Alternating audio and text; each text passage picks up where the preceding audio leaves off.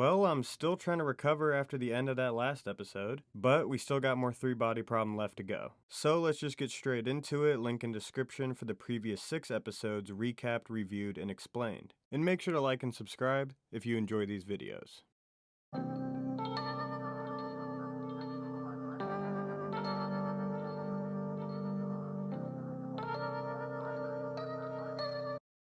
Yeah, Will is not looking too good right now, but shout out to Saul for sticking by his side. I kinda stopped liking him as much after he, I guess, cheated on Augie, an extremely bad fumble on his part, but the scenes with him and Will have just been great. But anyway, let's get back to Project Staircase. After some number crunching, even if they can get the probe traveling at 1% light speed, it will take roughly 200 years to reach the Santi. So if they do plan on sending a human, they would have to figure out a way to keep them alive during the trip. And just like many other scientific tests in the past, they are trying it out on a monkey who has been kept in this in-between life and death state for a month now. But this experiment is not about the human that Wade wants to send in the probe. It's actually about keeping himself alive for when the Santi get here, saying that no one else could execute the plan and handle this. He's going to freeze himself, pausing the aging process, come back once a year to check up on things, and then be the one to greet them.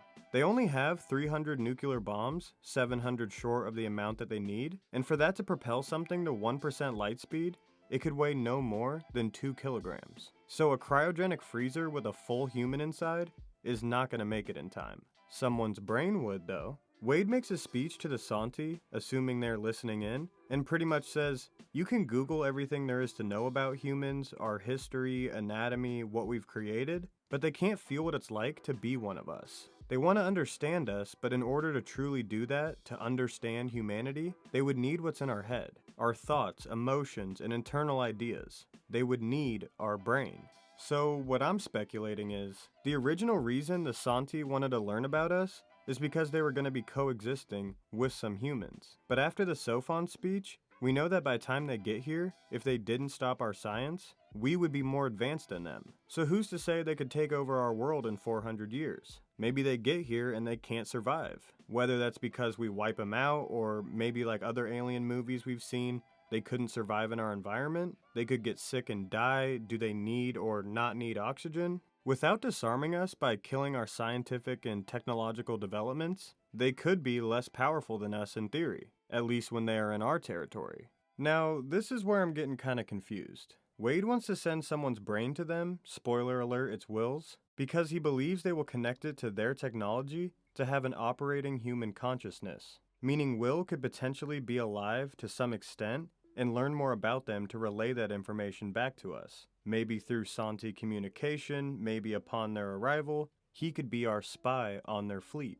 But none of this is guaranteed, which I understand, and working on this project in general is advancing a lot of our science and technology. You gotta do experiments first, failure is a part of progress, all that jazz. But the part I'm confused on is the risk to reward factor. Ever since we saw Mike was talking to the Santi and reading them fairy tale books, there's been this underlying emphasis on the differences between them and us. We lie, they don't, but it kinda seems like they might not have much creativity and possibly no emotions or feelings either. So in my mind, keeping that distance and separation would be key in our survival. Sending them one of our brains, and a very smart one at that, would be giving them enough resources to somehow synthesize the human experience and understand it more, maybe even completely. And Saul points this out and says they could figure out how we feel pain, anger, suffering, and take advantage of that. Now, yes, you could argue that if they discovered things like empathy, maybe they wouldn't try and murder us all,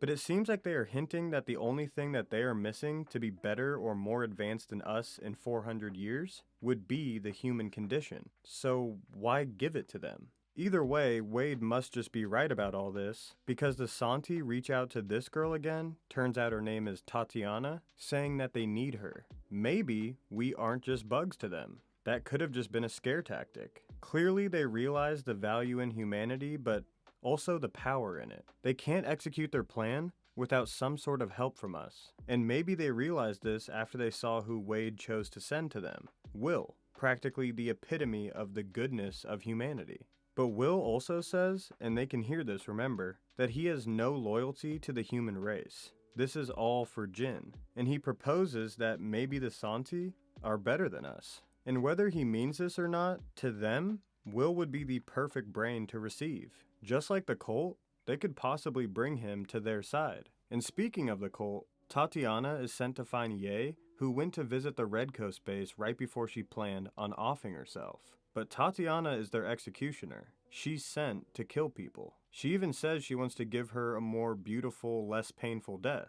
But there weren't clear instructions, and it ends on a cliffhanger, literally. So maybe Ye is being kept around still? Or maybe the Santi were repaying the favor for her message by giving her a peaceful death? But I guess we'll just have to wait and see, or maybe the book explains it further. And you know I wasn't going to end the video without talking about this. The follower in the game is a young version of Vera Ye. Now, while all it is a cool little Easter egg, I think there's gotta be reasoning behind this. If the Santi made the game have humans to be more understandable and realistic for humans, was the first prototype made sent to Ye and they put her daughter in it so she would have more of an emotional connection to them, further drawing her close to the Santi? Which, if that is the case, that just proves how manipulative they are. Or maybe their only understanding of what a young child was through what Ye told them. Or did Mike and Ye program a young Vera into it because Ye wanted to see if future humans would save her daughter